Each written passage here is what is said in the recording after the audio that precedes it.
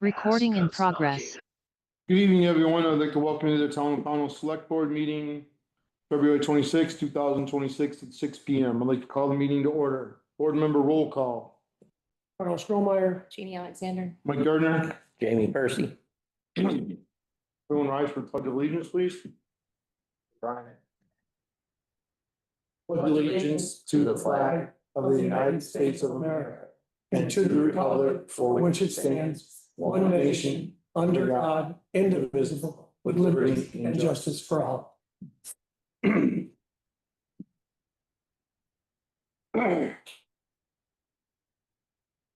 Approval of the agenda. Get a couple changes. A couple additions. We need to add Stewart's liquor license and tobacco license. We need to add adopt town road and bridge standards from the state. We can put that under, after number 9, put it as 9A. That's right. And then 8, we need to make, we left out a word, it should be the integrated forest management plan review and possible action. I'll entertain a motion to approve the agenda with the changes. I'll move to approve the agenda with the changes. I'll second it. Any more changes or discussion? All those in favor? Aye. Aye. Public comments.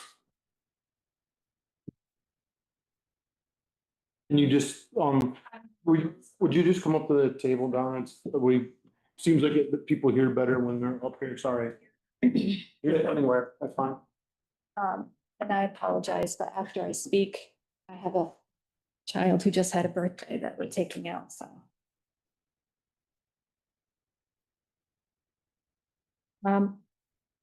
2 weeks ago, I was told that a select board member made a Facebook post calling me out by name with a disparaging meme that was clearly intended to mock me. I reported this behavior to the board. Just a week later, after my request, the same select board member made another post, once again calling me out by name and using another disparaging meme. I am not friends with this person on Facebook and actually have him blocked, so I'm not sure how he is tracking me or who his intended audience is. One of the posts was seemingly supported by a person for an ethics complaint. For clarity, these posts made about me were, in my opinion, retaliatory for posting about the old town hall. Once after a select board meeting and once for sharing a Bennington Banner article. I never mentioned any individual, just expressed an opinion and shared a banner story. For that, I was targeted by an elected official. I understand that this select board member also believes in free speech. If that's true, why hide behind saying you did it as a private citizen? What hours of the day are you all elected officials? When someone holding an official town position uses a public platform to call out private citizens for their opinions, these disparaging memes, emojis, likes, and comments can be seen by anyone. Not only can it be seen by those who might cheer them on or escalate the behavior, it can be seen by those who won't find it so amusing. By voters, funders, grantors, state and federal agencies, and the media. Some of those people may in fact be tuning in right now. How does behavior like this help to bolster citizen engagement, something that is so often lamented in our public meetings? Would grant makers and state officials feel less likely to entrust funds and resources to people in power when they do things like this? Or would that kind of behavior deter possible support and resources for our town? As a citizen, I can express my opinion online, in the streets, or to your faces at a meeting. All private citizens should be able to do this. What's incredibly disturbing is that this male elected official is somehow monitoring, following, and tracking a private citizen in order to repeatedly attack me for my opinion on a local issue that he addresses as an elected official. This select board member actively defends his own freedom of speech. Yet when my fiance, a man, requested a private conversation around these issues in hopes of understanding the intent, he refused. Instead, I believe we were given an ultimatum stating that he would stop making posts about me if I stopped speaking about town issues. It causes me to wonder his opinion and treatment of women when he can be loud on the internet about one in the safety of his own computer screen, yet refused to have a face-to-face conversation. It never occurred to me when I was helping at the Legion, setting up ice rinks, raking baseball fields, bringing candy canes to a tree lighting, fixing torn American flags, being on the water board, delivering canned goods, purchasing Christmas gifts for families, attending town meetings, state meetings, meetings with the governor, that I should have to declare all of this publicly to be more eligible to speak. I'm submitting all documents for the record, and I encourage the board to think about creating personnel codes of conduct. Despite the ultimatum to stop posting on Pownal Matters or else, please know that is not happening. I will continue to speak on any issue in town I want. I'm articulate enough to do that. No means needed. And this is my letter, which I would like submitted, as well as all of the posts. Thank you, Val.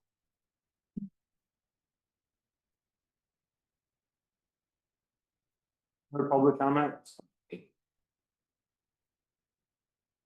you want me to come there? Yes, please. Yeah, you just, somehow it doesn't. Happy to be on camera with my hat, my sweatshirt. Jenny Dewar, Pownal.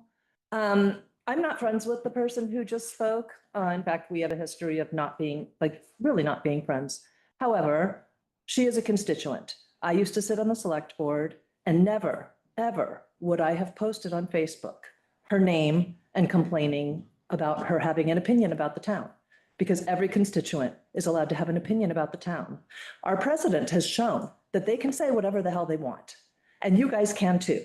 And no personnel policy will stop a select person from doing that, because you can do whatever you want. That's true.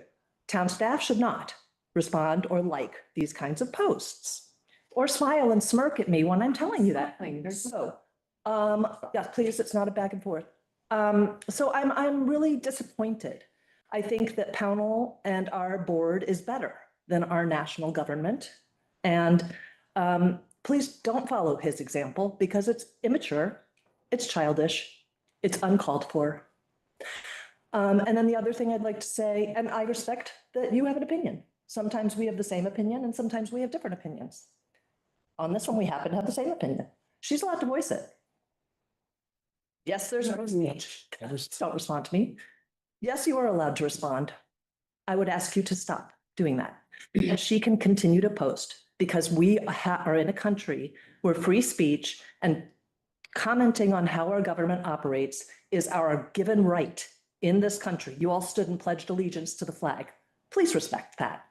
The other thing I just would like to say is, Mike and Jeannie, thank you for your participation in the forum. I hope to see you both sitting here in 2 weeks, or whenever the next meeting is. Thank you.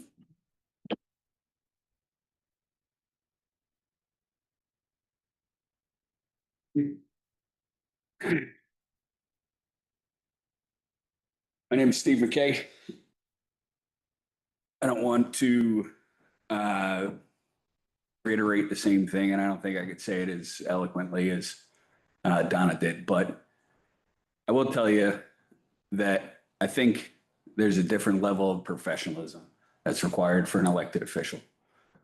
When I was on a submarine, we would go into a foreign port and we'd be briefed that anything that we did was a direct representation of the United States. So when we got off that boat, we made sure that we were squared away enough that we weren't going to get in trouble, because it would be all over the paper. Submariner did, X bad thing. And I think there's something to be said to compare that professionalism that's required from an elected official. I think that, this new world of social media enables us to do things, and there really aren't any, I guess, rules. Like Jenny was saying, we're in America, we can say what we want to, but I just would ask that as an elected official of this town, that not only Donna, but anybody that wants to say anything should have that right to say anything that they want to without being alienated or targeted, especially by a elected official, sorry. That's all I have to say. Thank you. Thank you. No, Because no. There's no. I can talk as a private citizen, can I not? No back and forth.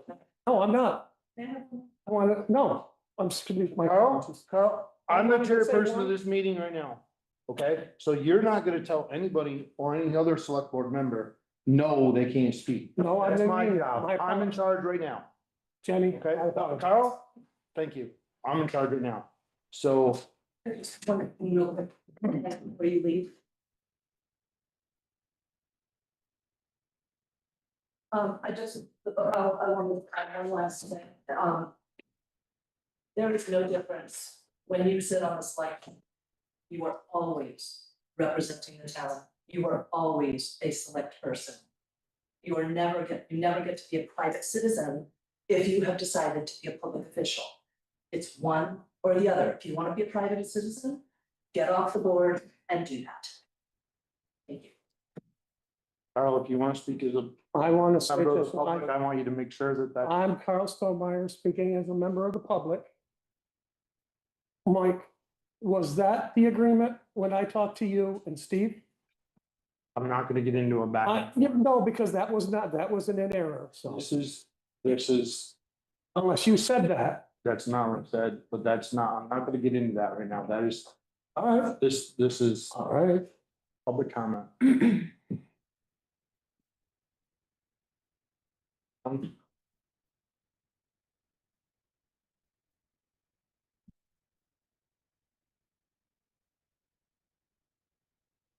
Hi, Ellen Strohmeyer. And I did have some things written up, but now they have kind of detoured, so. First of all, I am an elected official and I do understand where some people are coming from. But you're right as an American, as this is what you guys are all saying in here. The past three people that have spoke, we are Americans and we have a right to be off the clock. When you're off the clock and you're on your own, in your own private space, you are your own private person unless someone calls you for something to do with the town of Pownal. When you are home and off the clock, you are off the clock unless someone calls you. You have a right to be a private citizen. No matter what anybody says, you have a right to comment. You have a right to speak. We have a right in here, even in a meeting, to say something if we wish. It doesn't matter if you're elected or just a citizen on the street. We all should be treating each other equal. There would have been no issues if some other stuff was not posted on a private page that is administered by the person that was trying to file the complaint. There was some really, it wasn't just about the old town hall. There's other things that go on there that we're all blocked from, but we still see them because people can copy and paste. So when you're making it a complaint and you're saying you're doing so much good, which she has done plenty of good, watch what you say because we see what you post. Because people copy and paste and put it and show us other people that are on her site and allowed to speak. And that's all I have to say. Thank you very much, guys. Thank you. Yeah, Yep. okay. Jim?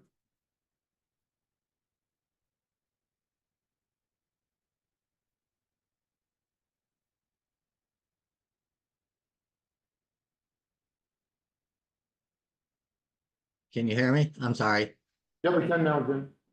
All right, thank you very much. You know, I wasn't gonna speak up until the last speaker. I respect what Ellen kind of just mentioned, but at the same time, I do have to say that public officials really should not, whether it's private time or not private time, speak up about citizens. It is not a public, it is not a private site that the Pownal matters. And I'll mention that if no one else wants to. That is a public forum out there that anyone can speak and state their purpose. But going to the point of being in a public meeting versus a private person, I have seen in a couple of meetings where certain select boards members or a member has stated that he did not want to vote for a certain quote for a bid that has come into this town, and tried to abstain. But at the same time, it did come out and reveal that he mentioned in public as a public select board member that he did not like that company and preferred not to vote for the situation. And I thought that at that time was very disturbing, but I kept it to myself. But now that all of this has come out, I have to say, I did not feel that was necessary as a public officer in a public meeting to voice an opinion personally, in my opinion, about a company that was placing a bid against a town contract. Thank you very much. Thank you, Jim. I do want to clarify one thing, Jim. Pownal Matters is a private group. It is not a public group, and the town of Pownal has absolutely nothing to do with Pownal Matters. That is a private group with private administrators. Okay, I apologize. Yeah, I mean, that's fine. I just want to make sure that's clear, Jim. That's all. yeah, no, that's fine. Yeah. I have a public comment. Do we have any other? Go ahead, Tara. So Monday, March 2nd is town meeting at 7:30 PM. It's at the school, like it usually is, but there have always been questions about where you can view town meeting live. As I think we stated last year, or Cat TV has informed us that Facebook made it like impossible for them to cover multiple live events simultaneously, so they wanted to make folks aware of where they could see it. An exciting new development is the Cat TV mobile app. So you can download that on an Apple, Android, or Roku, and then you search Cat TV Bennington. Or if you'd like to watch it live, there are 4 options. Comcast cable locally, Cat TV channel 1095. Cat TV YouTube channel, that's youtube.com/Cat TV Bennington. These are also posted on our Facebook and on our website, if it's confusing the way I'm reading them. The Cat TV website live stream hub, which is catamoaccess.com/stream hub, and Cat TV mobile app, which is a download for the app, like I just explained. Right.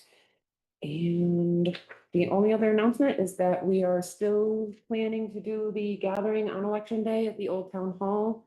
I've had Carl made a donation, and I will be donating lots of time and sort of money to that. Ellen's helping me with cooking, baking also, so we should have plenty to eat. Hopefully we have lots of people stopping for conversation and light refreshments. Thanks. That's all I have. Do I have any other public comment? Okay. Approval of minutes of February 12th, 2026. So move. Second. Any corrections, additions? Questions? All those in favor? Aye. Accounts payable February 20th, $18,304.38. So move. Second. Any questions? All those in favor? Accounts payable February 27th, 2026, $39,986.09. So moved. Second. Any questions? All those in favor? Aye. Aye. Payroll February 20th, $12,378.62. So move. Second. Any questions? All those in favor? Aye. Payroll February 27th, $13,919.08. So move. Second. All those in favor? Aye. Okay, so the integrated forest management plan review and possible action. Anyone want to join us at the table too? Sure. So it's easier to hear if they have a seat.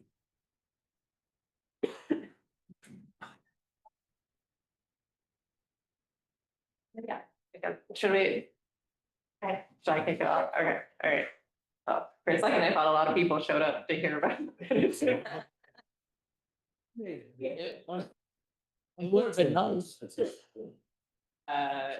Well, I made a little presentation just to go over the changes since the last time we saw each other. So would you just introduce yourself?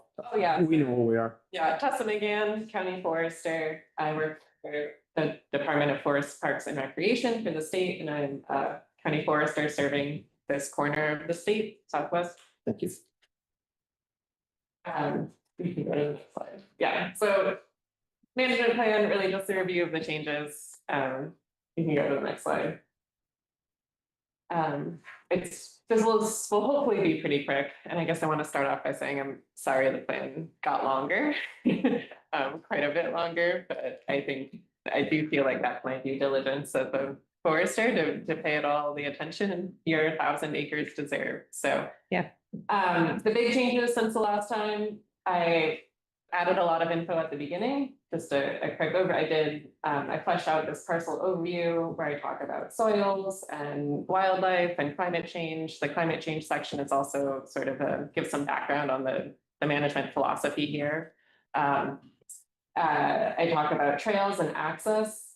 I wanted to point out that in that section, that's where I talk about how we're going to prioritize trails for making repairs, focusing on those recreational trails, the main recreational loop that Parks and Rec and Concom are proposing. Also focusing on areas of active erosion, but doing a lot of that work as harvesting happens and we actually have equipment out there to make it cost effective. I added a section about food foraging as was requested here and when we had our public meeting. Most of that is based on input from Mike Fernandez. Yeah.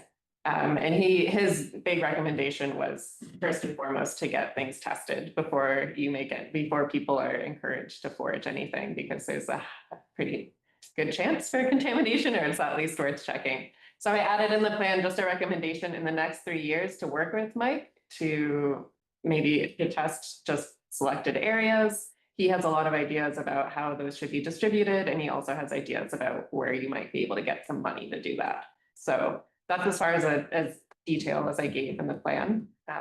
I'll stop for a second to see any feedback on that. I have questions, but I'll wait till you're finished your presentation. Well, I'm gonna ask a question on the, especially on the contaminant part of it. I mean, I'm gonna disagree with having contaminants. You know, a significant chance of having contaminants. I'm not saying that it's not possible, because anything's possible. But given the proximity of the land being much higher elevations than where the contaminants are gonna settle, I'm gonna balk at that one a little bit. I'm not gonna say it's not there, but Be hopeful. well, no, that's right. I'm just gonna. Totally fair. And if you want me to change any wording or change the recommendations, No, I think just, just for asking for it and for the record and all that stuff, I think it was a valid point. I just didn't like the thing about Mike saying that there's a very good chance of, that's all just, you know. I didn't like that part of it. yeah. There you go. And that's totally fine. I, for sure, I'd rather be. Yeah, sure what's going on. I do hear that. And then I also added a section about wildfire risk management. That's something that I was holding back on because I should as it's the current state of things in Vermont is that's not something most foresters are thinking about, I'd say at this point. For historically, our area has been thought of as like an asbestos forest. Large scale wildfires aren't, it's just not what our forests have been adapted to. But I know things are changing. We've seen more periods of extreme risk. Have been more fires recently. And the big way the state is responding is by building up our state force of wildfire first responders who are able to respond to all kinds of situations on private land, public land, municipal land. I did put in there though, if you do want to have a specific fire risk assessment, that's not something I'm trained to do. Yeah. So you can find someone who can help you do that. I said, when that is, what did I put in for the wording? when it becomes a best practice, but I can change that if that's something that you guys want to pursue now or anytime in the near future. Good for right now. Yeah, I do too. I think it's a good idea. And I'm glad that you did include this because I think the idea that we have an asbestos forest now is just sticking our heads in the sand. I mean, I think it's impossible to deny what we're seeing as far as the risk for forest fires going up. So thank you for including that. Okay, so those are the big, I would say the big changes in the first part, except we can move forward. I also added a management. Do you want me to ask my question, because you're getting past the point? Oh, now. sure. Yeah. I got, second paragraph page, on the bottom, second paragraph, I guess it'll be second or third paragraph. On page 9, going up from the bottom, Okay. and the fact that the town forest is part. Could you basically read that and explain to me exactly what that paragraph means? The fact that the town forest is part of a much larger block of intact, undeveloped forest land also makes it a valuable resource for wildlife. Wait a second, is that, did I get the right one? No, maybe I didn't. Yes, I did. Town, no, next one down.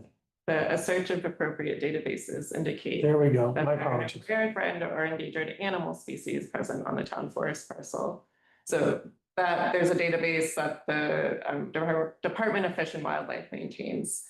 And it shows on your town forest parcel, there are some rare plants, but there were no indications of rare, threatened, or endangered animals. It does fall within the, like, there's a very broad range for, I can continue reading. However, it is within the general range of summer roosting sites for two federally endangered bats, the northern long-eared bat and the tricolored bat. Okay, what does, if that was implemented, what would be would there be hunting allowed during the November 1st through, Oh, yeah. So this is, or excuse me, I'm wrong, April 15th through November 1st?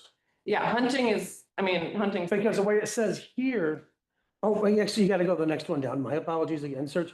You read at the bottom, to avoid incidental taking, it is recommended to limit any harvest activities to November 1st to April 15th, when bats are least likely to be roosting in trees. So I mean forest Tree harvesting, harvest. timber Yes. harvesting. So I can add I'll add the word Not timber. like big game. Okay, that's fine. As long as that's added, I don't have a problem. Okay. I just didn't want all of a sudden that to be encouraged to have no, because I know I just wanted to make sure that hunting is allowed, even though okay, that's fine. I'm happy. I just added the word timber harvesting there to clarify exactly what I meant. Yeah.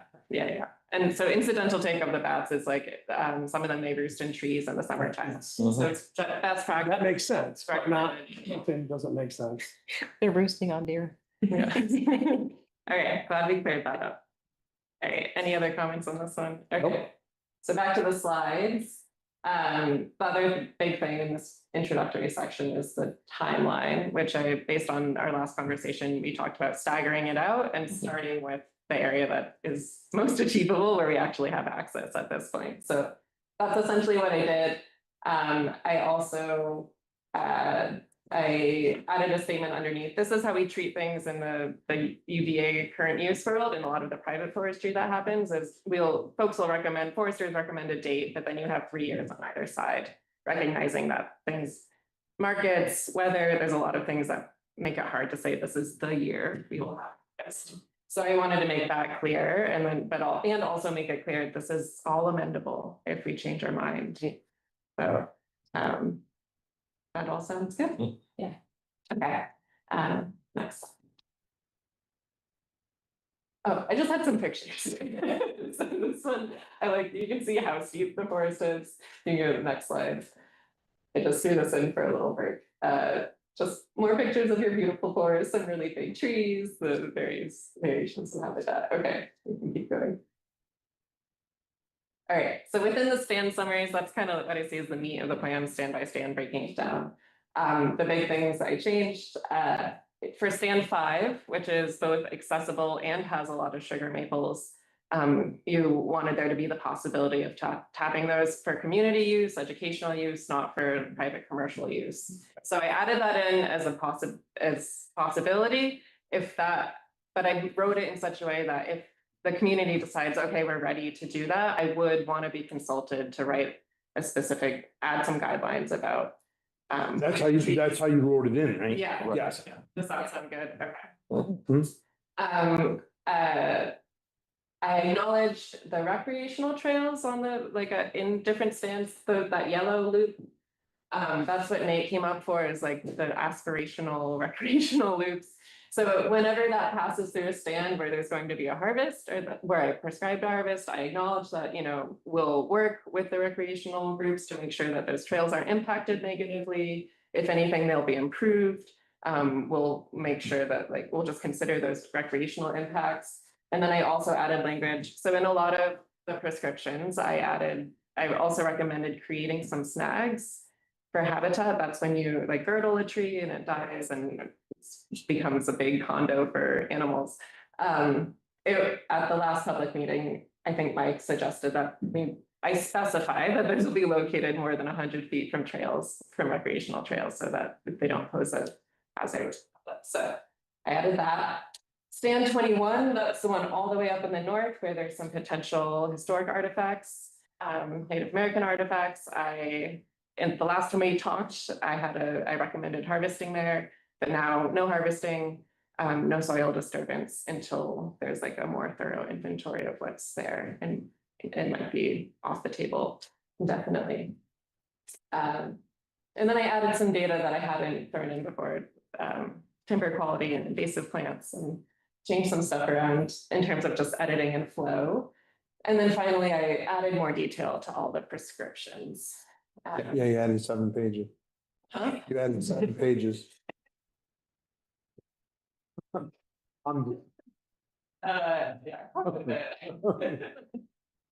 We'll go to the next slide.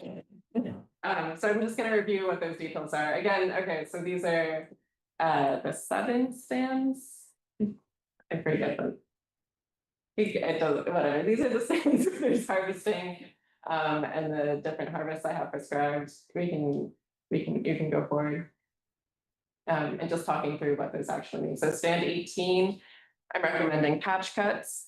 So that's openings 2 to 4 acres in size. Those are the biggest openings that I'm recommending on this forest. And that's a stand where there's,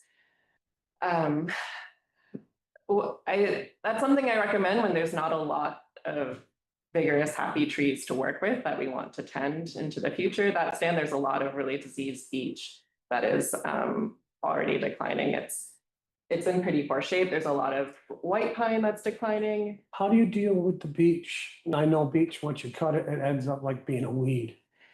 How is that, how do you end up not having it so much of a weed? So part of it is when you make these larger openings. Yeah. So a big problem with beech is very shade tolerant. So when you're making little openings where there's still a lot of shade, beech does very well. It outcompetes other species.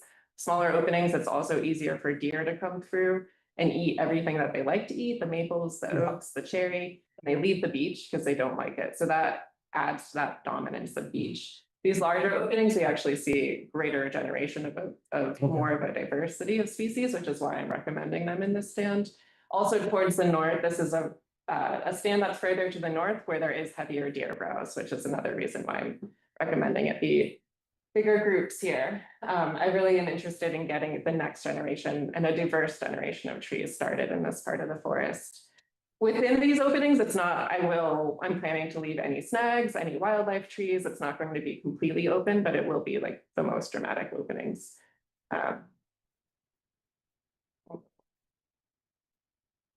Okay, so in stands 11, 15, and 16, I'm recommending single tree and group selection. So this picture is it's not me, but it's the best I have to work with. Kind of illustrates the single tree selection part of it is, you can think of it like a thinning. It's a pretty light touch harvest where you're taking out individual trees. But when we're taking them out, we're thinking about, are there younger trees here that we can release and allow to grow? And the ones we're removing are either declining, like mature, large trees, or poor form trees that we think expect to die in within the next 10 years. So creating opportunities for more shade tolerant things, or seedlings, saplings, poles, smaller, more vigorous trees that are ready to grow. We're just giving them a little bit more space. And then also opening up some small groups. Those are like the patches, but smaller, max of 2 acres down to just half an acre in size. Again, to just encourage that next generation. Any questions on this one? And then in stand 16 and 19, I'm recommending a combination of crop tree release and group selection, which crop tree release is even lighter than the single tree selection. That's going out and identifying, I said, roughly 20 trees an acre that we want to just release those individual trees that we either they're oaks, they're cherries, they're good wildlife trees, they're really nice sugar maples, they're just trees that we want to stick around and grow larger into the future. And so we might open up on just 2 to 3 sides of those a little bit. But if we don't find, if there aren't any crop trees or if things are already growing well and they already are getting sunshine on their crowns, and then we're not going to touch it.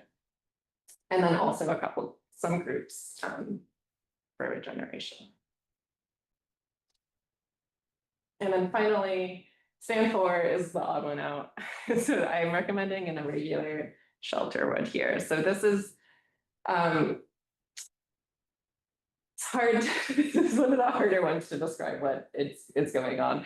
We're trying to create the right light conditions on the forest floor. Again, I'm very focused, whenever I'm doing a harvest, it's all about regeneration. It's not what I'm taking away, it's what are we growing. So trying to get the right light conditions to regenerate oak. And they don't like too much sun, they don't like too much shade. So across larger areas will be, this is a picture of a shelter wood. That's actually at Merck Forest, if you want to go check it out. It'll be more open like that, retaining a lot of oaks to regenerate, to drop their seed. We're trying to grow oak. It's going to be irregular because it's not uniform across the stand. It's only in areas where there is a sufficient oak overstory that we can open up, avoiding any place where there is a lot of regeneration already, a lot of full size. This stand 4 has areas where there's a lot of happy young birches and maples, and we're going to let those be and just keep growing. So it's going to be irregular in how it shows up on the stand. And then in a classic shelterwood, once that oak layer, like once the baby oaks get established, then you come back and you cut all of the overstory to give them a bunch of sunshine. And I'm not planning to come and take all the overstory oaks away. So that is also what makes it irregular. There's a lot of different terminology, but it's easy to just say. Questions here? We can go forward. And then with those harvests, I'm also, wherever there's invasive plants, I'm recommending that it's paired with invasive plant removal because we don't want to just open it up for invasive plants to take off. That's either, I'm thinking about that being something that the money from the harvest will fund that, or we'll get volunteer. You don't have a huge invasive plant problem on the property, so I don't think it's going to be. What's the biggest invasive species that you do see? The most common one, I think, was barberry, which is it's just not public enemy #1. It doesn't take over unless. Are wild something grapes really considered invasive or no? That's, Because I've been on both sides of that, but. and that's, yeah, I think a lot of people are on both. They're great for wildlife. Like they genuinely feed wildlife. But when you're doing timber management. They can can kill also strangle trees. Yeah. So I tend not to view them again as like public enemy #1. But if they're becoming super dominant and taking things down, like cutting some off at the base, just like reducing the population, I think is fine to do. Yeah. I did notice there weren't a ton of invasives noted here. I Yeah. was surprised by that. Most of them are like more towards the north and their southern half. It's good, but we want to keep it that way. So I have it all called out. And then I mentioned this before, but with every harvest, I'm recommending some additions of large wood on the ground or some more standing dead wood. These are coming from wildlife experts and forest resilience experts. These are just conditions of older forests, and we think conditions that confer a lot of resilience and wildlife benefits to have big dead wood. So I'm just upping that a little bit. Would that be more of what just laying on the ground, or would you be talking about pushing? Because I see some places they do I better word of it, and just take the wood and push it up into They like make structures. Yeah, I would just lay on the ground. okay. Yeah. That's it for that's what I added in terms of harvest prescriptions. I mean, Okay. I added this again to remind you of what the timeline was, so I don't. And then at the end, I couldn't help myself. I added a glossary. I added all my references. And then I wrote up summaries of all the invasive plants and pathogens, just for more information. And then you have so many natural communities on this property, which is really cool. So sorry, but I added so many natural community. In case someone's going through and is like, what does that mean? You can get a little more. I appreciate it. I appreciate your attention to detail. I appreciate your additions to this. I think it's great. I mean, I want people who have questions, they want to know more about our town forest to be able to look at this and like really get a lot of information and get their questions answered before they're even asked. You know, I mean, thank you. Yeah, thank you. Anything you guys want to see different? Nope. Nice. A lot of work into it. All right. We appreciate I know we need Don Campbell's approval, but I'm hoping. So Jen spoke with him today. Yeah, I just, so the forest management plan is an appendix as part of the integrated management plan. We did circulate, I think just 5 changes that we are proposing to the integrated management plan, taking into consideration your feedback from the last meeting. I don't have a presentation on it, but it was circulated to you ahead of time. We just go over a couple of them. We added, folks can request permission from the select board to engage in small maple sugaring operations, and Tessa also added that in the forest plan. We initially had hunting restricted to turkey and deer seasons, and we removed that, so we just have that hunting is permitted in compliance with the laws of the Vermont Fish and Wildlife Department. We'll have information about that posted on the kiosk. We added that we will seek to work with Pownal VLT and the county forester because there's an interest in having an ADA accessible hunting blind. So we added that we'll work on that. And then let's see.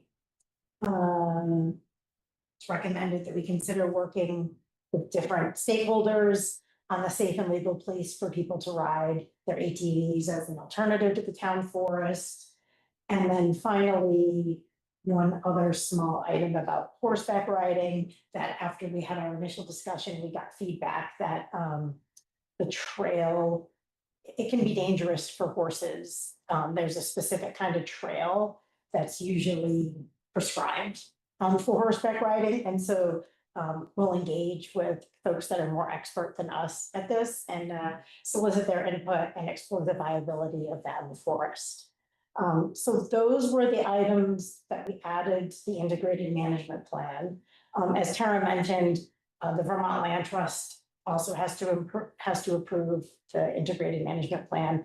And I was able to talk to Don Campbell, who wasn't able to join, but he asked me to convey that the Vermont Land Trust, approves these changes and the integrated management plan as proposed. And so tonight we're hoping that the select board will adopt and approve the integrated management plan and the forest management. So first, Tessa, I want to commend you on your forest management plan. From my standpoint and my opinion of what I, as a resident of Pownal, want to see on that 1,000 acres, I think you've covered it all. Okay, I think you've set up some sustainable timber harvest in there over, for the long term. I think you have taken into account the wildlife for sure, and made sure that the wildlife that's there has a sustainable home, right? For lack of a better term at this point. I think with some suggestions, we've looked at, some foraging, right? And I think we've done that. The invasive plant I don't see a single thing that's been missed here by your plan. And I think you have, from anybody's standpoint, I think you've covered everything, right? From a sportsman to just someone who wants to just go hiking or bird watching or whatever, or foraging or whatever they want to do. I think it's covered. So I think you've done an outstanding job. It's long, but it needed to be, it's thorough, and I think Jeannie touched on it earlier, for sure. If someone takes the time to read that forest management plan, I don't think there's too many questions that somebody's gonna come up with that aren't answered in that management plan. So thank you for that. Jen, I think yours is, the integrated management plan is, again, thorough. We have reached out to people. We have tried to,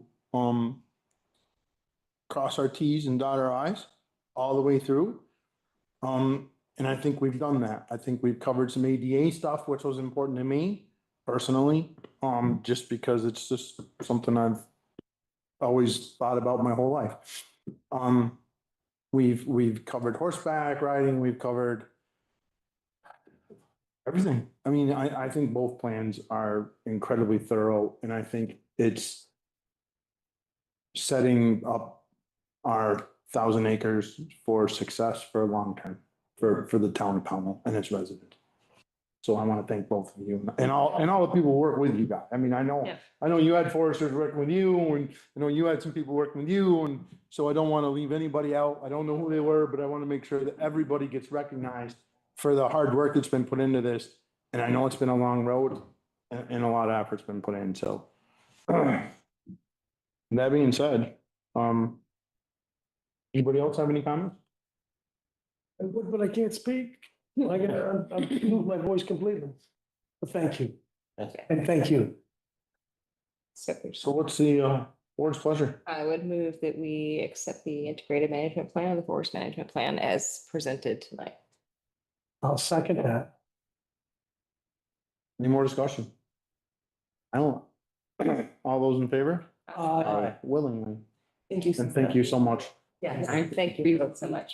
Lost. In your group, Seriously. in your group. We have, So much. we do together. Oh, we can do it together. Okay. We did it together. Sure. Perfect. Oh. Thank you so much. And all of your people who work with you. Yeah, thank you. That's a great job. Yeah. I'm good, right? You're good. Okay. Thanks, Tessa. Jen's giving up. She's You're better than I am. She's helping me work with you. Okay. Warwick Grant Greenagers expense discussion and possible action.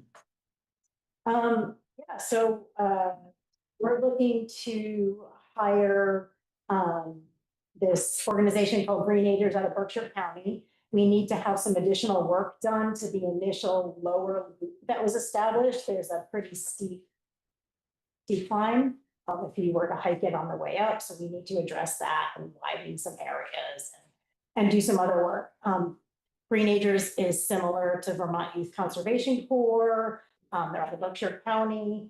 They have a slightly different approach. They engage teens and young adults in meaningful work in environmental conservation, sustainable farming, natural resource management, and vocational skills building. Their trail crews maintain existing trails, build new trails. The local regional conservation organizations, their farm and food justice team stewards April Hill Farm and works with local farmers, learning animal husbandry and organic agriculture, and they promote food justice through community work and advocacy. So they are available to host a crew during school vacation. And basically what they attempt to do is hire a youth crew from your local community. So these are 15 to 18-year-olds that are paid for the week of work. And, they learn these skills, these trail building skills. So, we've already had some initial conversations with West Vermont Tech. And so if the select board approves us moving ahead with Greenagers, we will look to advertise this within the community. They're not working for the town of Pownal, they're working for the Greenagers organization. But they, like I said, they like to hire local youth, for their work in different communities. What else? I can see. Can I just add that we do have the money in the budget for the VORT grant? Yes. For the Green Rangers costs. Yes. Do we have an estimated cost? Um. Yes, Just curious. yes, it's the same cost as Vermont Youth Conservation Corps. They have the same charge. Yeah, do you want me to say it? Yeah, it would, that I saw this here. It's $8,000 100. for the week of, Okay. yeah. How many people is that? It's a, Just roughly, I mean, it's, sorry. sorry, it's a. No, step right there. Youth, and I believe 2 supervisors. So it's 8 people to do the work. They do come, highly recommended, and I did reach out to to a couple of their references, and I did hear back from one, and it's just like glowing. That was gonna be my question, is if we've sought recommendations and if we have seen any of their previous projects, because the idea I absolutely love. Yeah. And they're planning this the week of April vacation, The week of April vacation. weather dependent, as long as the snow's gone. Specifically, can you talk a little bit more about what they'll be addressing again? I know, like, So there is a trail that was established, part of the work with Vermont Youth Conservation Corps last summer. It's what they're calling like the lower loop. And there is a very steep descent at the initial point where you enter that lower loop. And so I believe that they will be adding some stairs. It is in the scope of. okay. So. So we'll be addressing that steep descent. Okay. Let's see. Yeah, you've got it here. I mean, the It details. Basically plummets off the side of Woods Road. Okay. Descending 60 feet of elevation over 300 feet, which is a grade that exceeds the Forest Service accessibility guidelines. So they would be, say, bench cut. Yeah, so it would be addressing that steep decline, and then there's some areas of the trail that are defined, but it needs to be further broadened. And so they'd be doing any of that work. I just chuckled because when I was doing my hiking in Europe, you could look over a 10,000-foot cliff. And if you're really lucky, they might have a rickety old chain, walk down these paths where it was 5,000 feet on one side. So I just thinking of that when you were saying, oh, we're gonna put some stairs, and I just like, wow. Yeah, I guess it's better if you were like to go, if you were to follow the Woods Road up and then circle back and go up. I know. Start off and just go down that decline. I just was thinking the dichotomy between the way Europeans thought about it, way we. Guess who wouldn't be looking over that, Kyle? Me.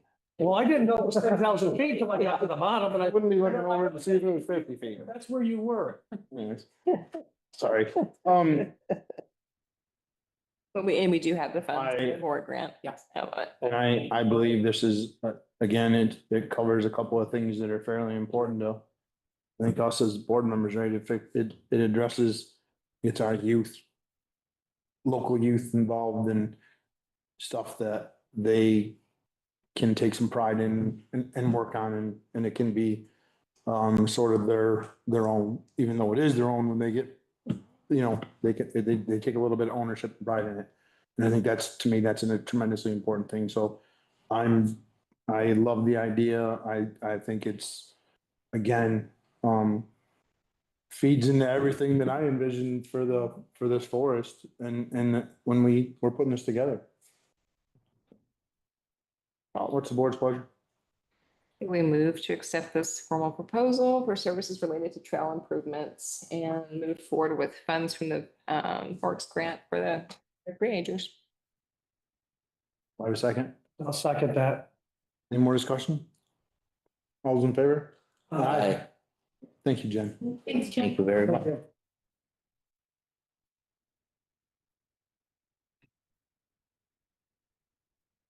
Okay, we need to approve Stewart's liquor license and tobacco licenses.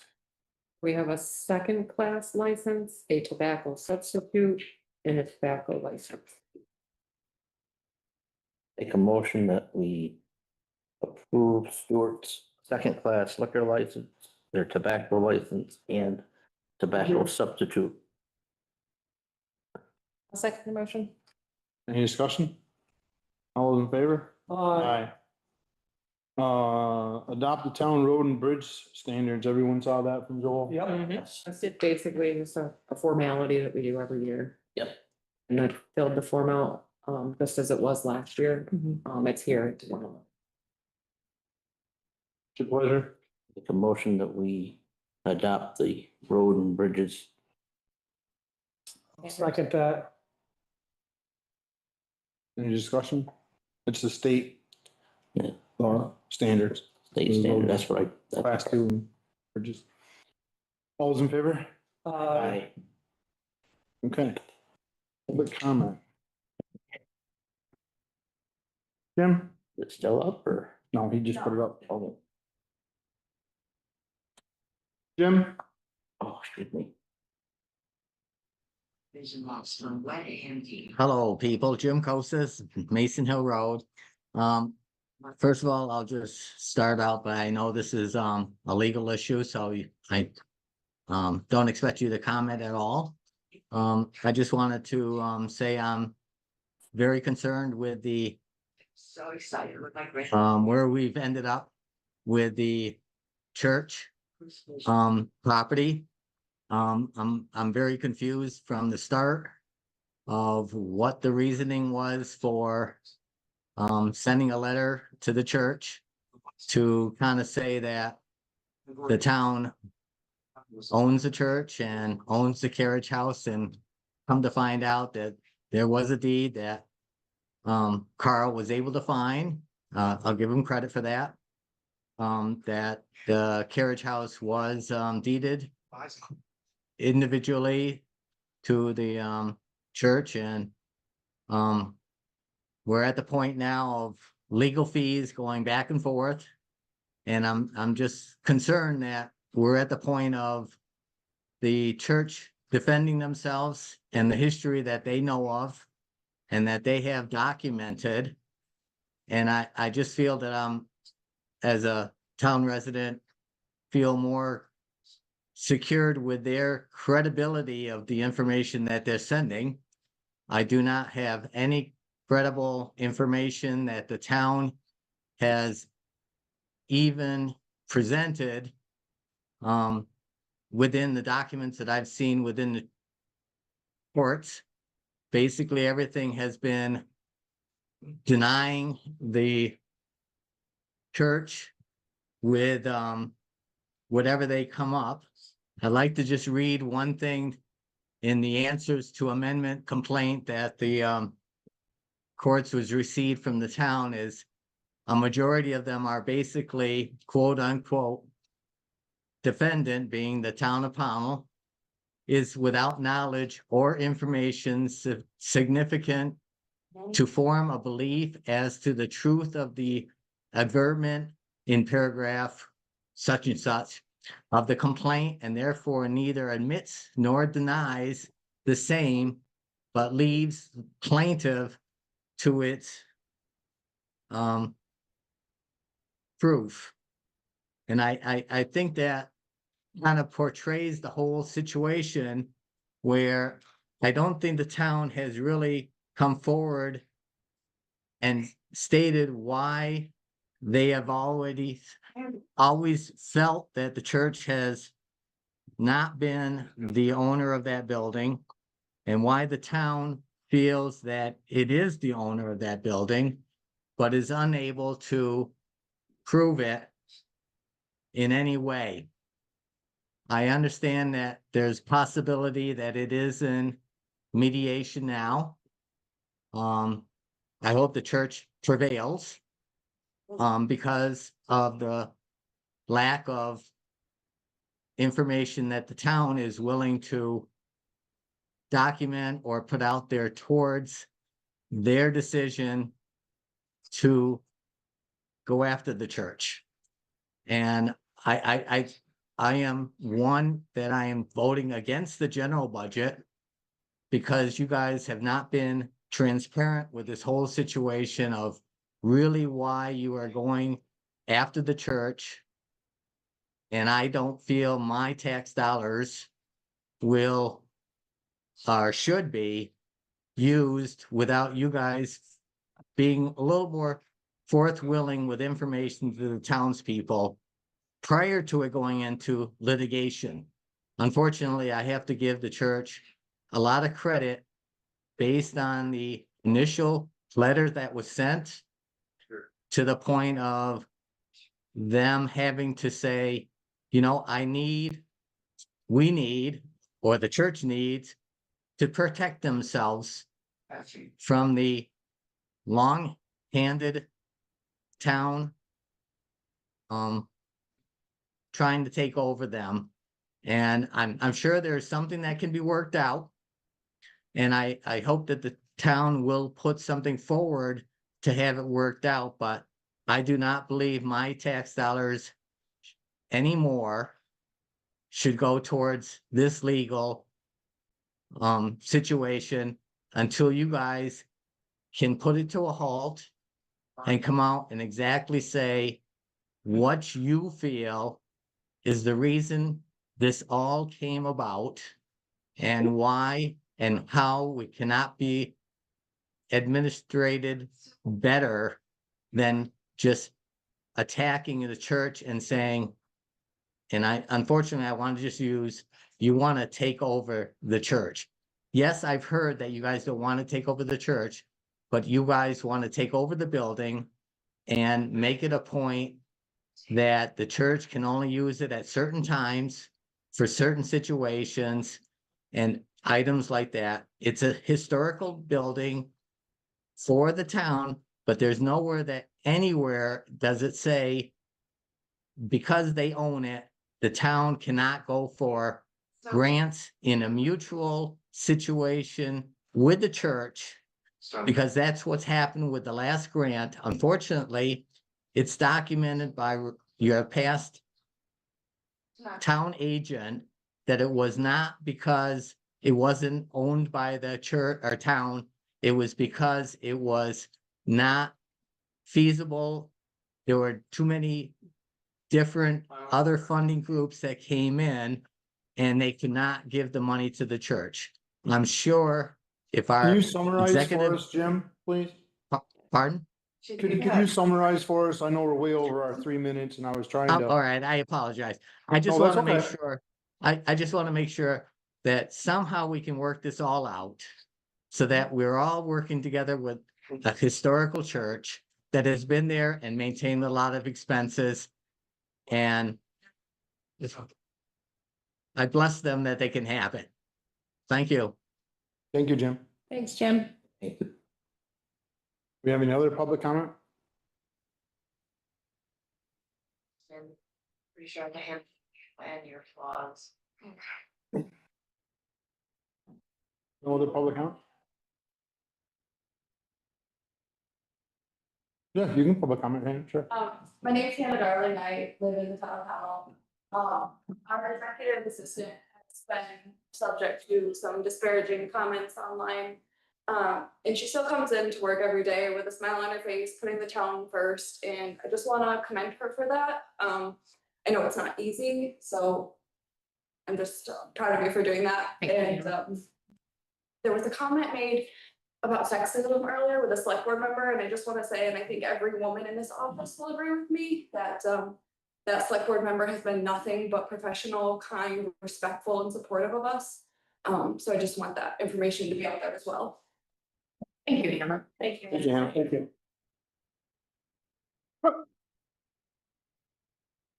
We don't have any, we didn't have on the agenda tonight for officials reports or comments.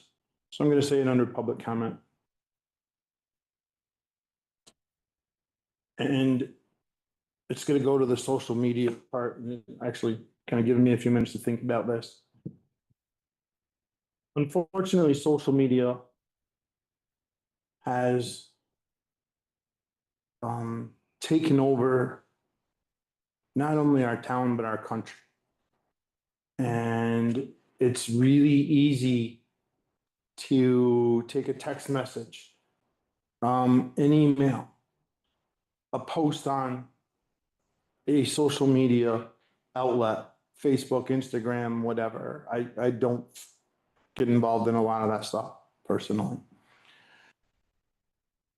And I think that we have lost the ability to confront or confront's not the best word to use here, but to engage with another person face to face or in a small group.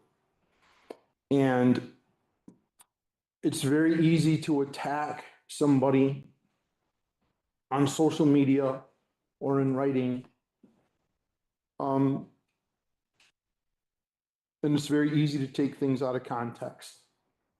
And I don't think that, some things weren't taken out of context, but I just think it's really easy to do that. I believe in freedom of speech, 100%. There's no doubt about that. That's what our country is based on. But I also believe on freedom of speech both ways. I believe in people being able to form an opinion on things. And just because you form an opinion doesn't mean your opinion is law. The opinions that you have or you form are just that, they're your opinion. And when someone has a differing opinion than you, why do they become a criminal? Quote unquote, right? Why is that something that we're going to engage or confront or attack or go after somebody because they form an opinion? That's what we're based on. We need to stop that.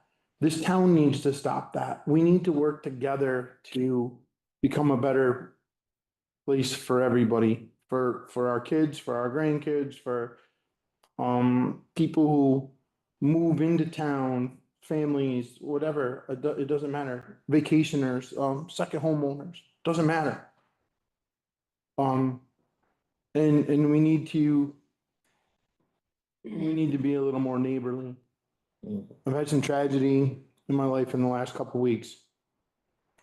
I wouldn't want to live anywhere else.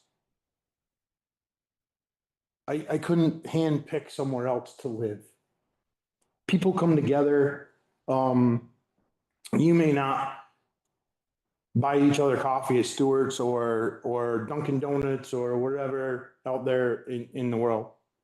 When you see somebody, you may be in Walmart and you may avoid a checkout line because there's somebody there that you didn't like. But I can tell you in the last couple of weeks, people in this town have come together incredibly. And at least for me, and it's just, I wouldn't want to live anywhere else. I really and truly wouldn't.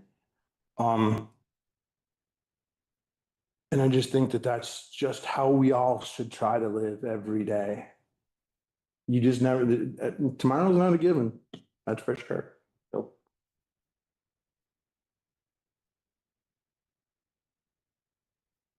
Jim, please make it brief.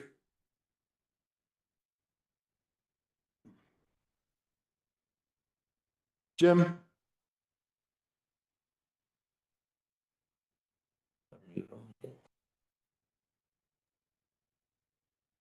Mike, I just want to thank you very much for what you said. Have a good night.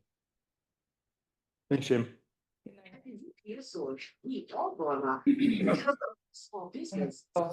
Reminders about the gathering at the Old Town Hall on Tuesday for Election Day.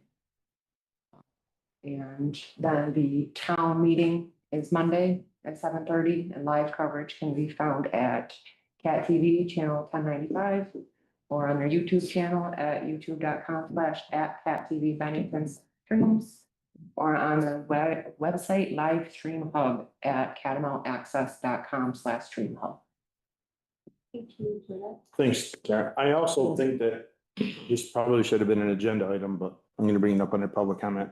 I believe that we need to schedule a meeting for the 5th. The 5th doesn't give enough time for everyone to get there, Right. to take the oath of office. So I assumed we would have a meeting, the first regular on the On the 12th, 12th? Okay, so that the new board has time to take the oath of office. okay. Because I was thinking the 5th also, but. I know, because we got into that last year, but, wait, okay, fine. So the next regular board meeting will be on the 12th, March. Any other public comment? We do not need the proposed executive session, but I am gonna read a statement pertaining to that executive. The town of Pownal recently received an ethics complaint concerning 2 town officials. In accordance with established procedures, the complaint was forwarded to the town's alternate ethics complaint recipient, and an investigation was initiated. After consultation with legal counsel and careful consideration under the statewide Code of Municipal Ethics, it was determined that the allegations do not constitute a violation of the standards set forth in that law. Accordingly, no further action will be taken at this time. We'll entertain a motion to adjourn. I'll second that. All those in favor? Aye.